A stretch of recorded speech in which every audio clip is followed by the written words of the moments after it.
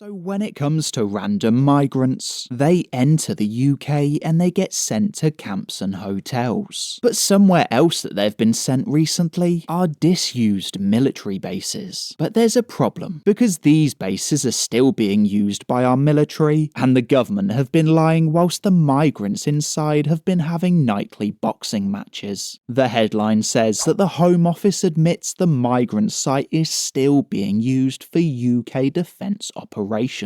This is at the Wethersfield military base, and it's a location that I've made a few videos on, but as you can see on screen, every single article used the word former. And for once, it's not actually the media to blame, because the government used this very word in multiple documents. It says the revelation appears to contradict previous statements from the Home Office, which claimed the former military of defence site was being used for asylum seekers after it became surplus to defence requirements. So they've moved the goalposts and they've also changed the language. And the government know what they're doing because one word can make a huge difference. It says a Ministry of Defence data centre, communications tower and an office remain active at the Wethersfield base. And currently inside are 540 asylum seekers. Now look, is it realistic to assume that Sudanese Steve will be hacking into networks and going undercover? Probably not, let's face it. But then again,